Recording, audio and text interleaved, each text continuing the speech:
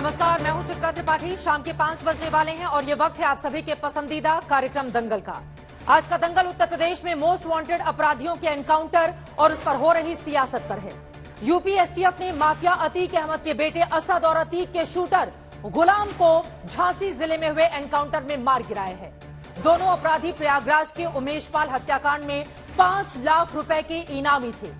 UP STF ने बताया है कि दोनों अपराधी झांसी में अतीक अहमद के काफिले पर हमला करके उसे छुड़ाने की साजिश रच रहे थे। एसटीएफ ने उन्हें आज दोपहर करीब 12:30 बजे रोका तो दोनों फायरिंग करते हुए भागने लगे और मुठभेड़ में मार गिराए गए। उधर उमेशपाल हत्याकांड में अतीक अहमद और उसके भाई अशरफ को अदालत ने 7 दिन की पुलिस रिमांड में भेज दिया है। अतीक अहमद को अब अपने किए पर शायद पछतावा हो रहा है, क्योंकि खबर यह है कि एनकाउंटर की खबर सुनने के बाद आज अतीक अहमद ने कहा कि ये सब कुछ मेरी वजह से हुआ। लेकिन इस पूरी खबर में सियासत तब शुरू हो गई जब समाजवादी पार्टी, बहुजन समाज पार्टी और टीएमसी से लेकर असदुद्दीन ओवैसी तक ने एनकाउंटर पर सवाल खड़े कर दिए। इन दलों ने एनकाउंटर को फर्जी बताते हुए उच्च स्तरीय जांच की मांग कर दी है, जबकि दूसरी तरफ उत्तर प्रदेश सरकार ने 2 अपराधियों को मार गिराने वाली एसटीएफ की टीम को बधाइयां दी। 24 फरवरी को मारे गए उमेशपाल और 2 पुलिस जवानों के परिवार वालों ने भी सीएम योगी का शुक्रिया किया है। और बड़ी खबर यह है, रिमांड की जो कॉपी है उसमें अतीक पर बड़ा खुलासा हुआ है। पाकिस्तान से आए हथियार खरीदता था अतीक अहमद, जिसके ऊपर 100 से ज्यादा मामले दर्ज हैं, जिसको उमेशपाल अपहरण केस में पिछले महीने ही उम्र कैद की सजा सुनाई गई, जो पुलिस की रिमांड में चला गया है। आज रिमांड की कॉपी में अतीक पर यह बड़ा खुलासा हुआ है। अतीक अहमद इस माफिया के बारे में बड़ा खुलासा यह हुआ है कि पाकिस्तान से आए हथियार ही खरीदता था। वैसे आपको बताते चले, आज असद, जो इसका तीसरे नंबर का बेटा मार गिराया गया है, उसके पास से भी जो हथियार बरामद हुए हैं वो हथियार विदेशी हैं। खुद इस बारे में पुलिस की ओर से जानकारी दी गई है। पंजाब में ड्रोन से आए हथियार खरीदता था अतीक अहमद, इस बात की अब ये बड़ी खबर इस वक्त की है। ड्रोन से गिराए हथियार खरीदता था अतीक अहमद। ड्रोन के जरिए पंजाब में गिराए जाते थे हथियार, यानी कि बाकायदा एक सिंडिकेट काम कर रहा था। रिमांड कॉपी में यूपी पुलिस की ओर से ये जानकारी दी गई है। रिमांड की कॉपी भी इस वक्त हम आपको टीवी स्क्रीन पर दिखा रहे हैं। ड्रोन से जो हथियार गिराए जाते थे, आपको बता दें, वही हथियार खरीदता था अतीक अहमद। ये इस वक्त की बड़ी खबर है, बड़ी जानकारी। यूपी पुलिस ने अपनी रिमांड कॉपी में इसका खुलासा किया है। रिमांड में लिखा है कि पाकिस्तान की तरफ से पंजाब में ड्रोन के जरिए हथियार गिराए जाते और उस हथियार को आरोपी कुछ व्यक्तियों से खरीदते। आरोपी जेल में रहकर उसकी पहचान नहीं करवा सकते, इसीलिए रिमांड जरूरी है। जो बातें लिखी गई हैं कॉपी के भीतर रिमांड में, उसकी हम जानकारी आपको दे रहे हैं। रिमांड पर लेने के बाद आरोपी को उस जगह पर ले जाना ताकि उसकी पहचान हो सके। उत्तर प्रदेश की पुलिस ने इस बारे में भी अपील की थी। रिमांड की कॉपी आज तक के पास है, आपको टीवी स्क्रीन पर दिखा रहे हैं। ज्यादा जानकारी के साथ अरविंद ओझा हमारे संवाददाता जुड़ चुके हैं। अरविंद, रिमांड की कॉपी दर्शक हमारे देख रहे हैं, जो इसका सबसे मजबूत मजमून है यूपी पुलिस की ओर से, किन बातों में दर्ज है, किस तरह से पाकिस्तान से आए जो हथियार थे उसको खरीदता था अतीक अहमद, उसको लेकर क्या बड़ा खुलासा हुआ है?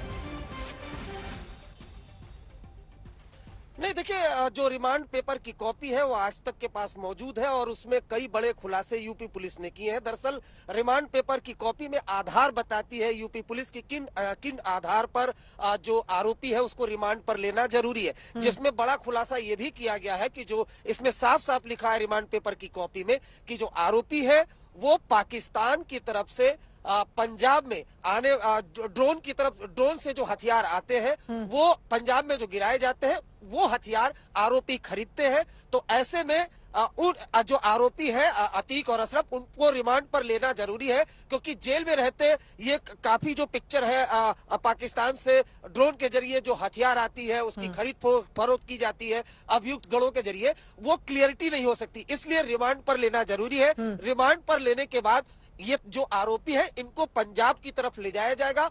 उस शख्स की पहचान की जाएगी जो ड्रोन से पाकिस्तान की तरफ से आने वाले हथियार को रिसीव करता है, उसके बाद इनको बेचता है।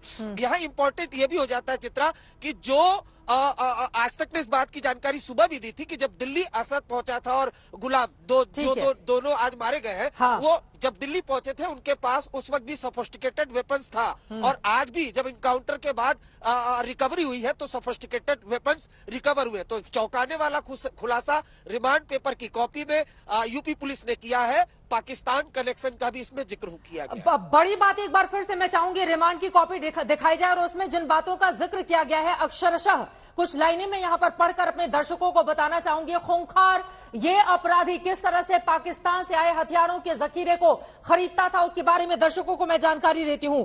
ऊपर की मैं 10 लाइनें छोड़ दी हूं, नीचे जो लिखा हुआ है उसको मैं यहां पर पढ़ रही हूं।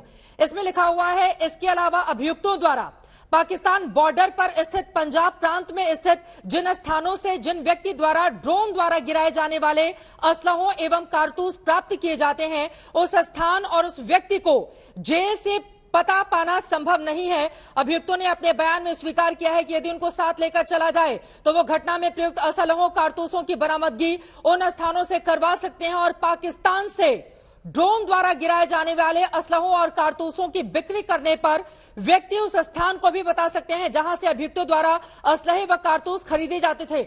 यह खुलासा तो अपने आप में बहुत बड़ा हो जाता है। कैसे बकायदा पंजाब में भी एक सिंडिकेट जो पाकिस्तान से जुड़ा हुआ है वो वहां पर ड्रोन से हथियार गिरा रहे हैं, वहां पर कुछ लोग उसको पिक कर रहे हैं, इन अपराधियों तक पहुंचा रहे हैं। इसको लेकर और क्या जानकारी निकलकर सामने आई है अरविंद?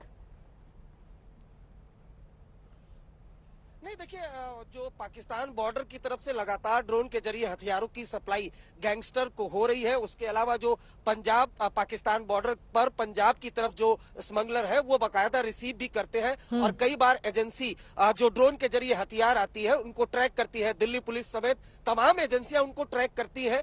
कई ऐसे खेप होते हैं जो पकड़े नहीं जाते और वो आसानी से गैंगस्टर तक पहुंच जाते हैं। और अतीक अहमद, मैं फिर से बता दूं, अतीक अहमद और इसका गैंग काफी बड़ा गैंग है, बाकायदा लिस्टेड गैंग है और इसमें कई शूटर शामिल है। तो ऐसे में जो सोफिस्टिकेटेड वेपन्स है, ये जो यूपी पुलिस का दावा है रिमांड पेपर की कॉपी में कि पाकिस्तान की तरफ से जो ड्रोन से वेपन्स की सप्लाई होती है वो पंजाब में ड्रोन के जरिए गिराई जाती है और ड्रोन में जो पंजाब में रिसीवर मौजूद होता है वो वेपन्स को रिसीव करता है और अतीक और अशरफ और इनका गैंग वो उस हथियार को खरीदते थे। तो ऐसे में यूपी पुलिस चाहती है कि उस रिसीवर तक भी पहुंचा जा सके। देखिए, उमेश पाल की जो हत्या हुई है उसमें जो वेपन्स इसका इस्तेमाल हुआ है वो सभी सोफिस्टिकेटेड वेपन्स है। अगर आप उस सीसीटीवी फुटेज को देखें तो उसमें साफ पता चलेगा कि जो वेपन्स है वो सोफिस्टिकेटेड वेपन्स है।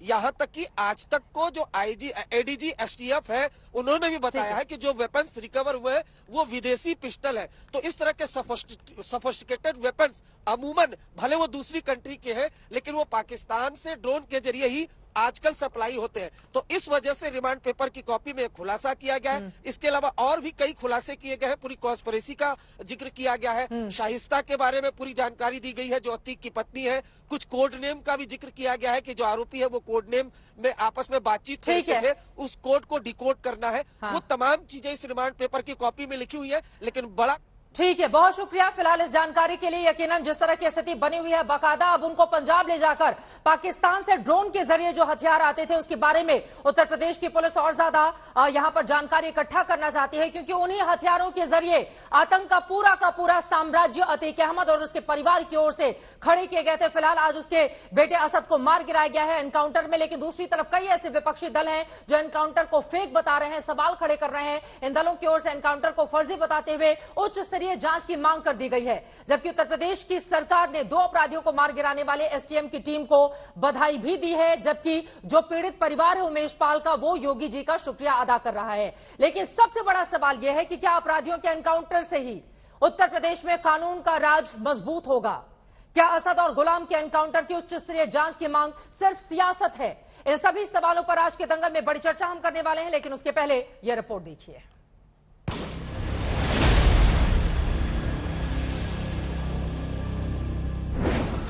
माफिया अतीक अहमद का बेटा असद, माफिया अतीक अहमद का शूटर गुलाम,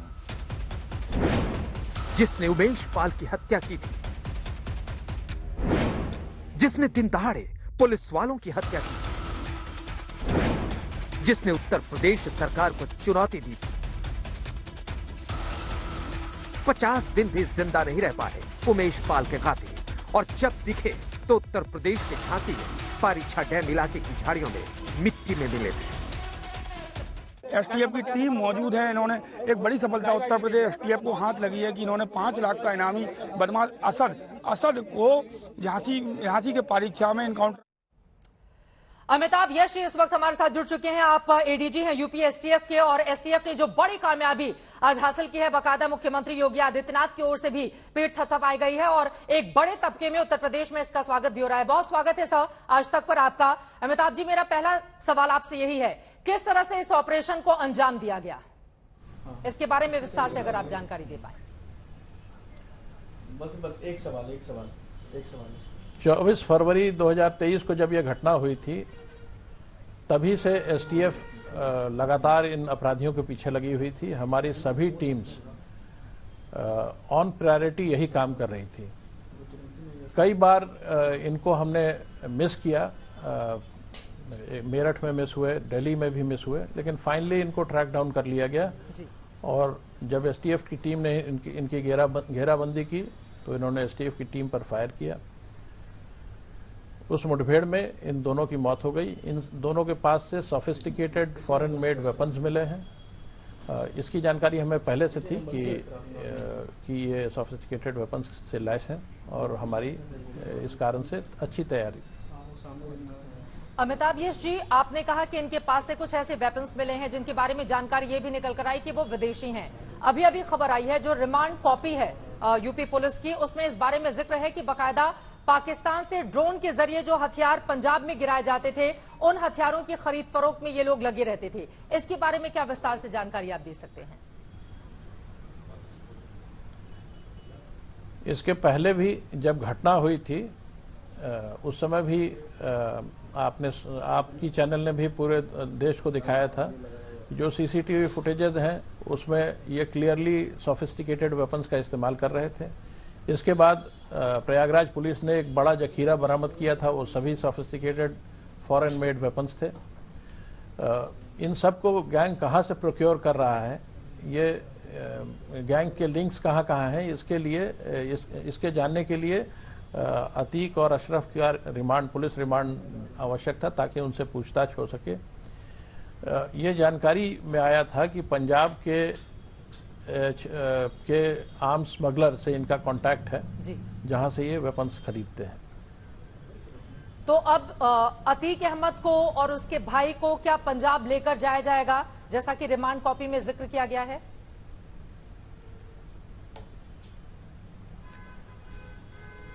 इन दोनों अपराधियों से पूछताछ होगी। जो बातें पूछताछ में निकल कर आएंगी, जो वेपन्स इन्होंने यूज किए हैं उनका स्रोत क्या है, इसकी जानकारी करने की कोशिश की जाएगी। और जैसा भी इन्वेस्टिगेशन में आवश्यक होगा वो इन्वेस्टिगेटिंग टीम करेगी। ठीक है अमिताभ यश जी, आज जो एनकाउंटर हुआ है उसको लेकर समाजवादी पार्टी, असदुद्दीन ओवैसी की पार्टी, बहन मायावती और इसके साथ ही टीएमसी जैसी पार्टियों ने सवाल खड़े किए हैं और उच्च स्तरीय जांच की मांग की है। किस तरह से देख रहे हैं आप इसे? देखिए, ये तो पॉलिटिकल रिएक्शंस हैं। पॉलिटिकल रिएक्शंस के बारे में मैं कोई रिएक्शन देना नहीं चाहूँगा, लेकिन मैं आपको बता दूं कि हर एक एनकाउंटर की गहन जांच होती है। उसकी मजिस्ट्रियल इंक्वायरी होती है, पुलिस इन्वेस्टिगेशन होता है, उसके बाद पुलिस इन्वेस्टिगेशन को न्यायालय के कटघरे से होकर गुजरना पड़ता है। ह्यूमन राइट्स कमीशन उसकी समीक्षा करती हैं, उसके बाद ही उसको क्लियर किया जाता है। अभी तक एसटीएफ ने कभी भी कोई ऐसा कंट्रोवर्शियल एनकाउंटर नहीं किया है। हमारे सारे हम हजारों अरेस्ट करते हैं, कुछ पुलिस एनकाउंटर्स भी होते हैं दुर्दांत क्रिमिनल्स के साथ, but we have never been called to question. आज यूपी एसटीएफ के सामने किस तरह की चुनौतियां थीं? क्या ये दोनों अपराधी भागने की कोशिश कर रहे थे? यूपी एसटीएफ की ओर से इन्हें सरेंडर करने के लिए कहा गया, ये भाग रहे थे, या फिर इनकी ओर से असलहे से वार करने की कोशिश की गई? क्या हुआ था, अगर उसके बारे में थोड़ी डिटेल में आप जानकारी दे पाए अमिताभ जी। और बहुत जी लगातार इनके विरुद्ध आपने तो स्वयं पूरे कंट्री को दिखाया है कि कैसे ये क्रिमिनल जिन्होंने हत्या की, किस तरह के सोफिस्टिकेटेड वेपन्स इन्होंने इस्तेमाल किए, और इतने दिन में अगर इनको कोर्ट में सरेंडर करना होता या इनकी कोई भी नियत होती सरेंडर करने की तो इन्होंने सरेंडर कर दिया होता। They had no such intention. और जब पुलिस से घिरे तो फिर पुनः पुलिस पर फायर किया। पहले भी पुलिसकर्मियों की हत्या कर चुके हैं और फिर उन्होंने फायर किया, लेकिन आज luck was not with them. आपने बताया कि इन लोगों की ओर से फायरिंग की गई, लेकिन आप लोगों की तैयारी पूरी थी। क्या यूपीएसटीएफ के सभी जवान पूरी तरह से सुरक्षित हैं? कुल कितने जवान आज के इस एनकाउंटर में शामिल रहे? ये आज जो टीम थी, ऐसे तो हमारी सारी टीम इसी काम को कर रही थी, लेकिन आज जो मुठभेड़ हुई है मौके पे 12 कर्मी थे, जिसको नवेंदु कुमार और डिप्टी एसपी विमल लीड कर रहे थे। इस बारे में भी जानकारी अमिताभ यश जी निकलकर सामने आई कि प्रयागराज में हत्याकांड को अंजाम देने के बाद ये राजधानी दिल्ली भी पहुंचे थे। यहां पर भी हथियार डीलरों से इन लोगों ने बकायदा कुछ हथियार खरीदे थे। इस बारे में भी कोई जानकारी आप देना चाहेंगे? क्या ये वही हथियार हैं जो आज बरामद किए गए हैं? दिल्ली से खरीदे गए? दिल्ली पहुंचने की सूचना प्राप्त हुई थी, वहां हम इन्हें मिस कर गए थे। राजधानी दिल्ली में भी आपकी टीम कहां बीते कितने दिनों से यूपीएसटीएफ की टीम किन किन जगहों पर इनकी तलाश में लगातार लगी हुई थी? ये तो इसका डिटेल तो देना संभव नहीं है, but north to south entire country had been covered by अस।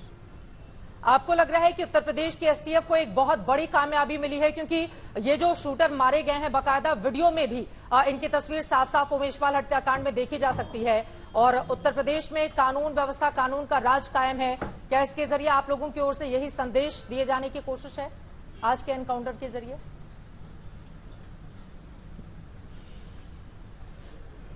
उत्तर प्रदेश में कानून का राज कायम रहेगा, इसी के लिए एसटीएफ और उत्तर प्रदेश पुलिस बनी है।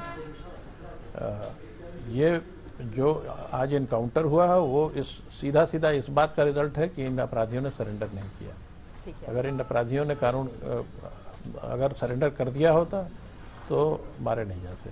बहुत शुक्रिया अमिताभ यश जी। इनके पास काफी समय था कोर्ट में सरेंडर करने का, वो भी इन्होंने नहीं किया। ठीक है, बहुत धन्यवाद आपका सर आज तक से जुड़ने के लिए। एडीजी यूपीएसटीएफ के हमारे साथ जुड़े हुए थे, जिनकी ओर से कहा गया कि बहुत समय था इन लोगों के पास सरेंडर करने का, ये सरेंडर नहीं किया। और जैसा कि उन्होंने जानकारी दी कि अलग अलग हिस्सों में लगातार एसटीएफ उनकी छापेमारी, उनकी तफ्तीश में लगी हुई थी। खोजबीन में दिल्ली में नाकामी हाथ लगी, लेकिन आज झांसी में इनको मार गिराया गया है। और इसी मुद्दे पर चर्चा करने के लिए खास मेहमान जुड़ चुके हैं। उनका तारुफ कराते हुए दंगल में चर्चा की शुरुआत करेंगे के शर्मा जी, प्रवक्ता भारतीय जनता पार्टी के हमारे साथ हैं। आशुतोष वर्मा जी, प्रवक्ता समाजवादी पार्टी के हमारे साथ जुड़ चुके हैं।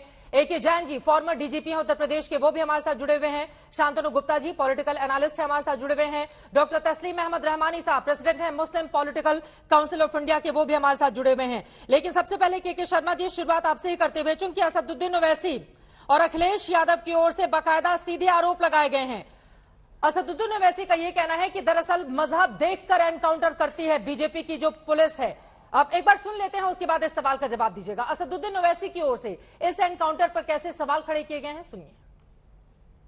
ये कानून की धज्जियां उड़ रही, एनकाउंटर नहीं। तुम कॉन्स्टिट्यूशन का एनकाउंटर करना चाहते हो, तुम रूल ऑफ लॉ को कमजोर करना चाहते हो। फिर कोर्ट किस लिए है, अदालत किस लिए है, सीआरपीसी, आईपीसी किस लिए है, जजेस किस लिए है, पब्लिक प्रोसिक्यूटर किस लिए है? अगर तुम फैसला करोगे कि गोली से इंसाफ करेंगे तो फिर बंद कर दो अदालतों को। जजेस क्या काम करेंगे फिर? कानून की बालादस्ती, रूल ऑफ लॉ रहना चाहिए ना? नहीं, आप तय करेंगे। अरे ये काम कोर्ट का है, आपका नहीं है। आप पकड़ो मुजरिम को, कोई कत्ल करता है तो सजा दिलाओ उसको। चूंकि विपक्षी नेताओं की ओर से ज्यादातर लोगों ने ट्वीट किए हैं, यह पहला बयान है असदुद्दीन ओवैसी का। उनके बयान पर के शर्मा जी, आपकी प्रतिक्रिया। मजहब देखकर एनकाउंटर करती है पुलिस, सीधा आरोप है उनका। चित्रा जी, आज बहुत आश्चर्य मुझे हो रहा है, और इन विपक्षीय दलों की राजनीतिक दिवालियापन का ये अद्भुत उदाहरण है कि एक दुर्दांत अपराधी के समर्थन पे आज ये विपक्षी दल खड़े हुए सवाल खड़ा कर रहे हैं। जिस अपराधी ने न जाने कितनी माताओं बहनों के जो मांग के सिंदूर जो उजाड़ दिए, कितने बच्चों को अनाथ कर दिया, लोगों की जमीन पर अवैध कब्जा कर लिया, आज उसके प्रति सहानुभूति व्यक्त कर रहे हैं। इनको किसने संरक्षण देके बड़ा किया? ये यही राजनीति, यही सपा बसपा यही दल थे ना, यही दलों ने इसको जो है संरक्षण देकर इतना बड़ा माफिया बना दिया, इनको टिकट दे देके इसको नेता बना दिया, इसके अपराधों को ढकते रहे हैं लोग। और आज जो है ये लोग का दिवालियापन देखिए कि उसके समर्थन में खड़े हैं। यहाँ पर बात ओवैसी असद जी की कह हो रहे रही है हैं, ना के शर्मा जी, ये आज जिसको मार गिराया गया है असद, सुन लीजिए असद। हाँ, तो असद क्या कोई सामान्य व्यक्ति? आपने ही टीवी में दिखाया ना किस तरह दो पुलिस वालों को गोली मार रहा है, और कितने केस थे असद के ऊपर? सरेआम गोली से जो है पुलिस वालों की हत्या कर रहा है। उस समय इन दलों के जबान से एक शब्द नहीं निकले सहानुभूति के। आज उस अपराधी के प्रति ये सहानुभूति व्यक्त कर रहे हैं। और ओवैसी तो घिनौने तुष्टीकरण का जो घिनौना चेहरा होता है उसके प्रतीक बन गए हैं। ठीक है, इस तरह का तुष्टीकरण, अपराधी का कोई धर्म होता है? ठीक है, अपराधी की कोई जाति होती है?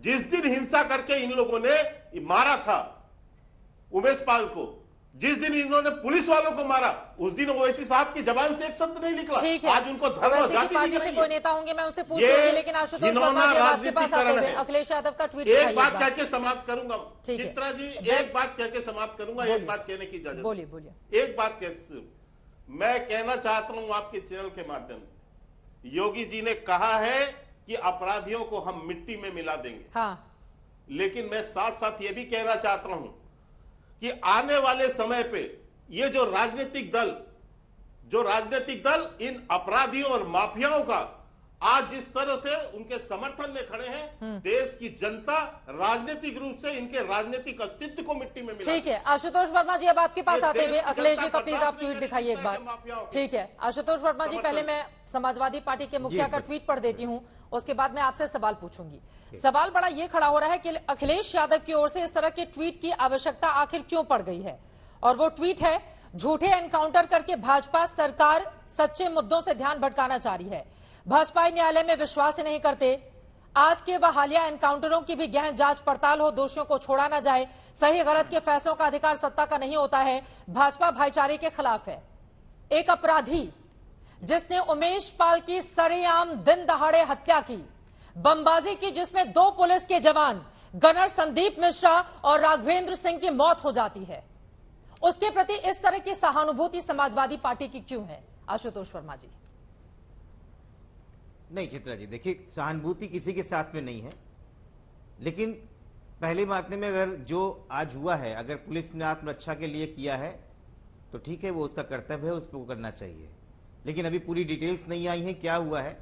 लेकिन क्योंकि हम जिस लोकतांत्रिक प्रक्रिया में रहते हैं, हिंदुस्तान इस विश्व की सबसे बड़ी लोकतांत्रिक देश है और पूरा विश्व हमको देखता है। हाँ। उस लोकतांत्रिक देश में न्यायपालिका का एक अपना काम है। बिल्कुल। अगर उत्तर प्रदेश की सरकार के ऊपर सुप्रीम कोर्ट माननीय उच्च न्यायालय ने यह ना कहा होता कि आप फर्जी इनकाउंटर में लगातार अपना ग्राफ बढ़ाते जा रहे हैं, और खुद केंद्रीय मंत्री ने सदन में बोला था कि देश में 2017 से 22 के बीच में जो 655 इनकाउंटर हुए हैं, उत्तर प्रदेश में अकेले खाली 117 फर्जी इनकाउंटर हुए। सर अभी आज वाले पे अगर रहते ये हैं सब ना, ना कहा होता, आपने खुद ही कहा कि अभी इस पूरे मामले में डिटेल आना बाकी है, तो जब डिटेल आना बाकी है तो उसके पहले ही इतनी अति उत्साह में इस तरह का ट्वीट करने की क्या जरूरत थी? आशुतोष वर्मा जी, बिल्कुल। और आप कह रहे हैं कि लॉ एंड कानून का राज है, न्यायालय है, सब कुछ है, बिल्कुल है, इस देश में पुलिस व्यवस्था भी है, लेकिन अपराधियों को जब राजनीतिक संरक्षण प्राप्त होता है तो क्या होता है, जरा मैं देश को बता देती हूं। राजू पाल जिनकी हत्या 2005 में की गई थी, जो बीएसपी के विधायक थे, उमेश पाल जो चश्मदीद गवाह थे, 2006 में उनका अपहरण होता है, 2007 में जब मायावती की सरकार बनती है तो पहली बार एफआईआर दर्ज होती है, लेकिन उस राजू पाल को जो विधायक थे, एक मजबूत पार्टी के, बीएसपी जैसी पार्टी के, उस विधायक के परिवार को आज तक न्याय नहीं मिला है आशुतोष वर्मा। और कम से कम उमेश पाल के परिवार को अगर 48 दिनों के भीतर न्याय मिल जाता है तो फिर इस तरह का ट्वीट करके हम बताते हैं कि न्यायालय है। न्यायालय के पास अब आप पूरी वो बात चीजें सुनिए। पहुंचती कहाँ हैं आशुतोष जी? अब आप पूरी बात सुनिए। वो चीजें कहाँ पहुंचती चित्रा हैं? जी, पूरी जो बात मजबूत सुनिए। तथ्य होते हैं वो कहाँ अब चित्रा पहुंचते जी, हैं? पूरी बात सुनिए। 2005 में राजू पाल की अब हत्या सवाल की के गई, बाद आज जवाब उनके भी तो परिवार के सुनिए। ऊपर क्या गुजर रही होगी? वो तो यही सोचेंगे ना कि अगर योगी आप राज बात- होता तो जवाब शायद तो इंसाफ सुनिए। उनको पहले मिल जाता। तो ठीक है चित्रा जी, आप पूरी बात सुनिए। उसी राजू पाल की पत्नी पूजा पाल इस समय समाजवादी पार्टी की विधायक हैं, नंबर 1। हाँ। वही अतीक अहमद 2007 में अपना दल से चुनाव लड़ता है। वही अतीक अहमद समाजवादी पार्टी, बहुजन समाज पार्टी के जो गठबंधन महागठबंधन हुआ था फूलपुर में, समाजवादी पार्टी के खिलाफ खड़ा होता है, जेल में रह के पर्चा भरता है। और उत्तर प्रदेश में सरकार किसकी चल रही थी ये पूछा जाए, वही अतीक अहमद जिसकी बहन ने 5 करोड़ का लेन देन उत्तर प्रदेश के कैबिनेट मंत्री पे लगाया है, वो क्यों नहीं बात आती है? वो क्यों नहीं होती है कि साबरमती में जहां भारतीय जनता पार्टी की सरकार है वहां बैठ के एक रैकेट चला रहा है, और उत्तर प्रदेश में जहां भारतीय जनता पार्टी की सरकार है वहां पे गैंग्स ऑफ वासेपुर करता है? क्या राजनीति यहां नहीं होती है? राजनीति एक तरफे से देखा जाएगा। मुझे लगता है कि आज ये हो गया है कि खून का बदला खून लेंगे, गोली का बदला गोली लेंगे। न्यायपालिका बंद करा दीजिए, सारे जज से बोल दीजिएगा आप छुट्टी पर रहिए, क्योंकि योगी आदित्यनाथ आ गए हैं, सबको मिट्टी में मिला देंगे। बोले कि आप ये शर्मा जी। चाहती हैं इस देश को इस तरीके से चाहती हैं? बोले के शर्मा आप जी। चाहती हैं तो बोलिए कि न्यायपालिका बंद कर दे। बोले के शर्मा जी। मैं इनको थोड़ा सा इनका जो है ज्ञान बढ़ा देता हूं, क्योंकि अभी ये कितनी झूठ बोल रहे हैं। 2014 जब वो जेल में बंद था अतीक अहमद, 2014 में उसे जमानत किसने दी? 2014 में समाजवादी पार्टी ने जमानत दिलाई उसको, अतीक अहमद को, और समाजवादी पार्टी ने जमानत दिलाकर, इसके पहले वो जेल में बंद था, उसे जमानत नहीं मिली थी। और 2014 में पार्टी जमानत इन्होंने दिलाती है, उसको जमानत दी और इसके बाद वो निर्दलीय इसको सहयोग देके चुनाव लड़ाया। ये है सच्चाई। और 2000 ये भी आपको बता दूं, किसने चुनाव लड़ाया? आपने कार्रवाई नहीं होने दी 18 में उसके फॉर्म ऊपर। किसने भरा? आज तक आपकी उसको जो हिम्मत है है, बता के बताइए। सजा नहीं हो रही थी। 2018 मैं में बता रहा हूं समाजवादी पार्टी आपको, के आपने खिलाफ 2014 में जमानत आपने कैसे दिलाई उसको? आपके 2014 में उसको इलाहाबाद जमानत प्रयागराज आपने में कैसे कौन दे उस समय दी? सांसद था? कैसे दे दी जमानत? किस- मैं इसलिए पार्टी कहना कहाँ चाहता हूं सांसद? चित्रा जी, क्या बात करते हैं? माफियाओं पार्टी जमानत दिलाती और है। अपराधियों का आपका संरक्षण मानसिक देकर संतुलन ये बिगड़ा हुआ है। समाजवादी पार्टी अपना क्योंकि वोट आज आपके ऊपर वसूलती सवाल थी। उठ रहे हैं। जो है पैसे उत्तर वसूलती प्रदेश थी वहां में से, जिस प्रकार जमीनों से पे अवैध कानून कब्जा व्यवस्था करवाती भंग थी एक ये एक करके पार्टी। अपनी बात और रखेंगे, गोली दोनों लोग और बोलेंगे, इसमें समाज मैं में आपको आएगा। के शर्मा जी की बात हो जाए, बहुत आशुतोष जी की बात निंदनीय होगी। है, बहुत प्लीज एक एक निंदनीय करके है। अपनी बात रखेंगे। मैं इसलिए आपको कह रहा हूं, नहीं, समाजवादी अगर पार्टी आप ने बंदूक सांसद की नोक बनाया पे इस उत्तर माफिया प्रदेश को। को चलाना चाहती है, समाज- देश को चलाना अब इसको चाहती है, बंद कराइए, तो हम इसको इसका चित्रा विरोध जी ऐसे करेंगे। कैसे डिबेट होगा? न्यायपालिका चित्रा जी ऐसे अपना कैसे काम डिबेट आशुतोष जी, मैं करेगी आ रही और हूं आपके पास। न्यायपालिका को अपना चित्रा काम जी, करना न्यायपालिका चाहिए। के पास मामले जाना चाहिए आशुतोष वर्मा जी, लेकिन जिस आदमी ने 44 बिल्कुल साल जाना पहले चाहिए। अपराध की दुनिया में कदम रखा हो, उसने कत्ल किया हो, पहले चुनाव में उतरने के बाद उस शख्स का जिसके खिलाफ वो रहता था, और उसके बावजूद समाजवादी पार्टी उसको पार्टी में शामिल करा के नेता बनाती है और उसको संरक्षण देती है, तो सवाल क्यों नहीं पूछा जाएगा आपसे आशुतोष वर्मा जी?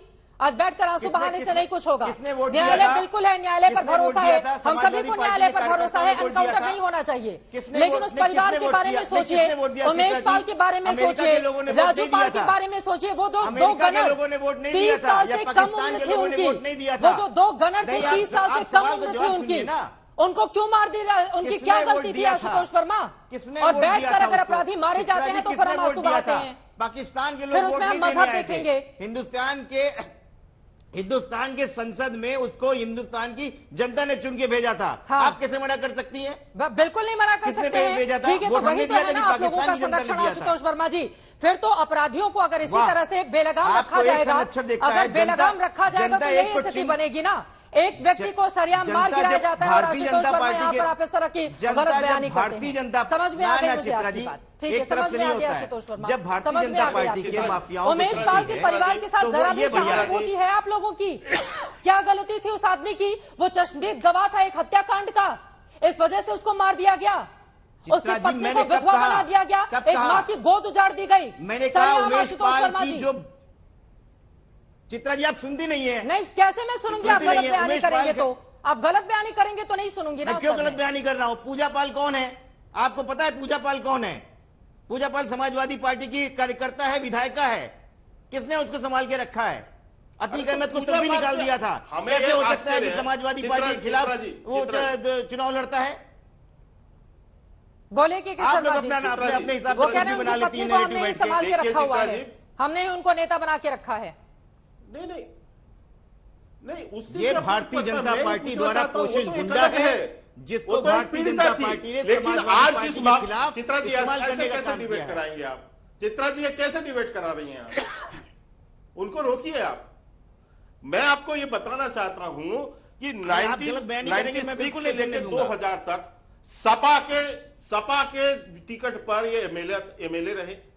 2004 से 2009 तक सब बता चुके हैं। सांसद हाँ। जो बने वो सपा के टिकट पे अतीक अहमद को ठीक बनाया। है, ठीक है। अतीक अहमद बना। हाँ। और आज अरे भी भाई, एक बात किसने कहता हूं चुना मैं कि उसको? 2007 तक 2007 तक हमारे- राजू पाल एक के चित्रा जी, एक सवाल। हत्या के मामले एक आखिरी में सवाल। केस दर्ज नहीं था। एक 2007 में केस दर्ज हुआ चित्रा और जी, एक इसके सवाल बाद उसको अरेस्ट किया गया जब दिल्ली से। चित्रा जी, एक सवाल वो भी मैं और पूछूंगा, ये और इनका इनका जवाब बोलिए नहीं था। आशुतोष जी, बोलिए। जब जल्दी से बोलिए, उसके बाद सपा एक का चश्मदीद शासन आया का बयान तो सामने इन्होंने आया। उसे जेल से जमानत देके बाहर किया 2014 में, और 2014 में अपने आशुतोष शर्मा जी, समर्थन ठीक है सर, ठीक है, जल्दी से आशुतोष शर्मा जी, तीनों ये मैं मिनट कहना में चाहता बात हूँ उसको संरक्षण देना, उस अच्छा। माफिया को। और आज उसके शर्मा लिए जी। आंसू बहा रहे हैं। आज इनके पेट में दर्द हो रहा है उसके लिए। बोलिए आशुतोष जी, आज जल्दी से। इनके पेट में दर्द हो रहा है जब वहां कानून का राज अच्छा, स्थापित ठीक है। है, नहीं कोई दर्द आज नहीं हो दोनों रहा है। अतीक अहमद अच्छा, उसका जवाब भाई दीजिए जो है साहब। न्यायालय में खड़ा है, अब शांत रहेंगे तो न्यायालय में पूछूंगा। खड़ा है।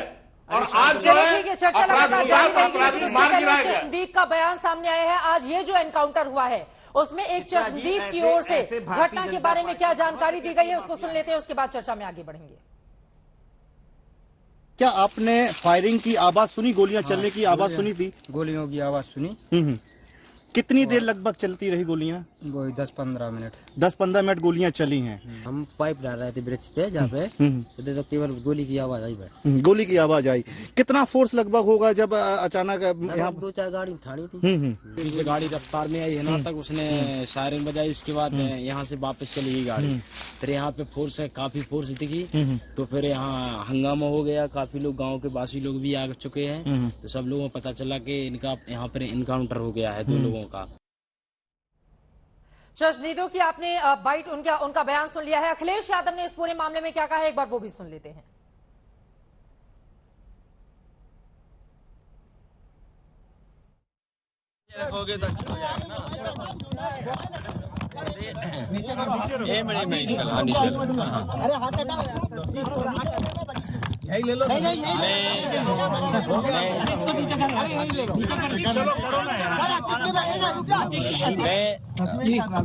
मैं अभी सुभाष यादव जी यहाँ के बहुत बड़े नेता रहे और मध्य प्रदेश की सबसे ऊंची कुर्सी तक पहुंचे।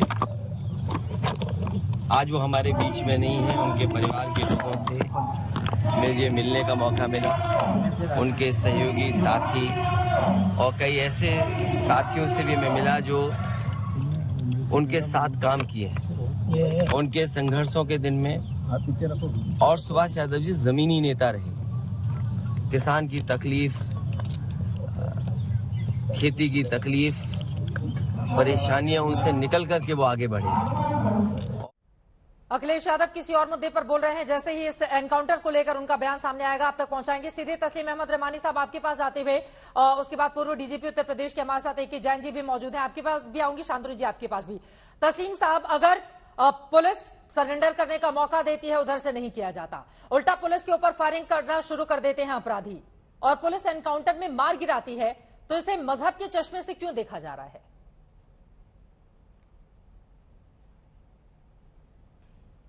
मैं इसको मजहब के नुक्ता नजर से देखना भी क्रिमिनल एक्ट समझता हूं। और आपको मालूम है, मैं आपके प्रोग्राम में पहले भी कह चुका हूं कि क्रिमिनलाइजेशन को किसी सूरत पे भी अप्रूव नहीं किया जा सकता।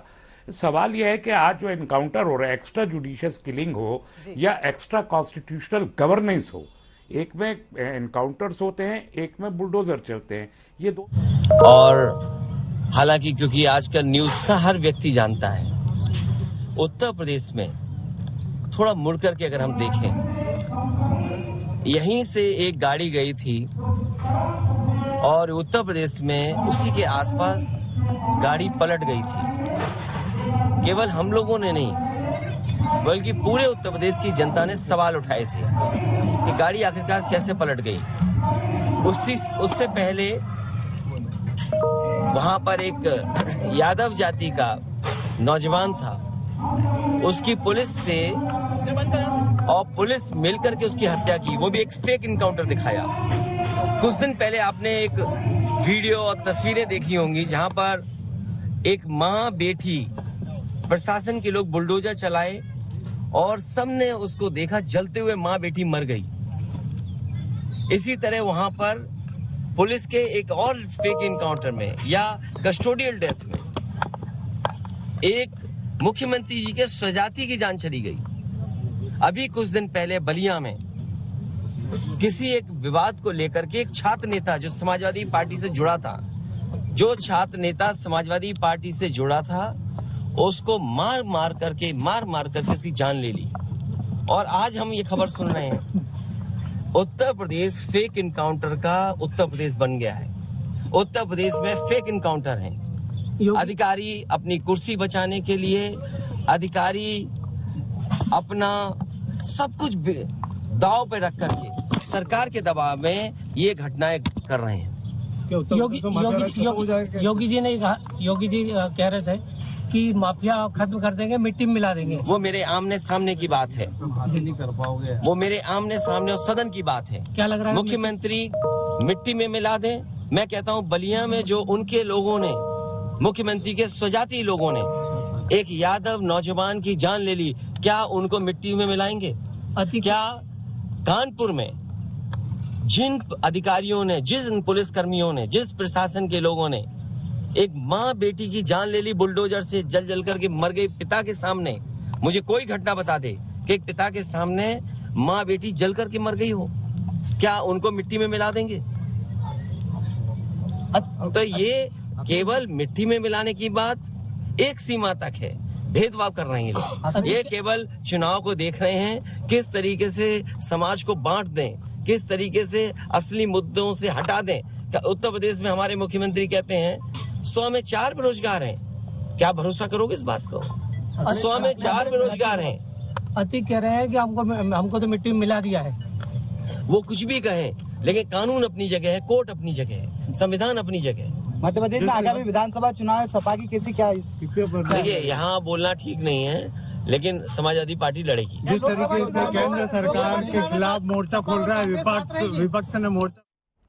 सपा मुखिया अखिलेश यादव को आप सुन रहे थे। एक तरफ उनकी ओर से फेक एनकाउंटर इसको करार दिया गया, तो उनकी बातों में कई बार स्वजातीय होने और जाति की भी बात निकली कि किस तरह से मुख्यमंत्री की जाति वाले दूसरी जाति के लोगों को टारगेट करते हैं, इस तरह की बातें कहते हुए। आशुतोष जी, आप इसका जवाब दीजिएगा कि अपराधियों पर जब इस तरह की स्थिति बनती है तो कोई मजहब का मुद्दा उठा लेता है, कोई जाति लेकर सामने आ जाता है, लेकिन उसके पहले तस्लीम साहब अपनी बात पूरी कर लें। आप बात पूरी नहीं हुई थी अभी।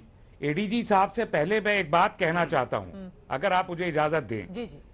मैं ये अर्ज करना चाहता हूं कि माफिया जो बनता है, इसके बनने में जो रोल पुलिस का है, आज पुलिस को की बहुत तारीफ की जा रही है, अच्छी बात है, तारीफ करे। आज श्रद्धांजलि कहा जा रहा है, एनकाउंटर को श्रद्धांजलि कहा जा रहा है विक्टिम के लिए, ये बड़ी अजीब बात है, मुझे ये अच्छी नहीं लग रही। लेकिन मैं पूछना चाहता हूँ, एडीजी से आप मौजूद है, ये माफिया बनाने में क्या पुलिस का कोई रोल नहीं है? 40 साल से पुलिस जो इन्हीं माफिया के पैसों के साथ ऐश किया करती है, क्या उन पुलिस वालों को भी पकड़ के सामने लाया जाएगा जिन्होंने अतीक को इतना बड़ा माफिया बनाया? और ये कौन सी राजनीति है कि बीएसपी आए तो राजा भैया के घर पे उसका तालाब खोद के मगरमच्छ पकड़ लिए जाए, और समाजवादी पार्टी आए तो वही राजा भैया जेल मंत्री बन जाए, और टेनी साहब यहाँ होम मिनिस्टर बैठे रहे, उनके साहबजादे 8 लोगों का कत्ल कर दे गाड़ी चढ़ा के, और वो माफिया रहे लेकिन वो होम मिनिस्टर भी रहे सेंटर में। ये राजनीति और ये माफिया, पुलिस और पॉलिटिशियन का नेक्सस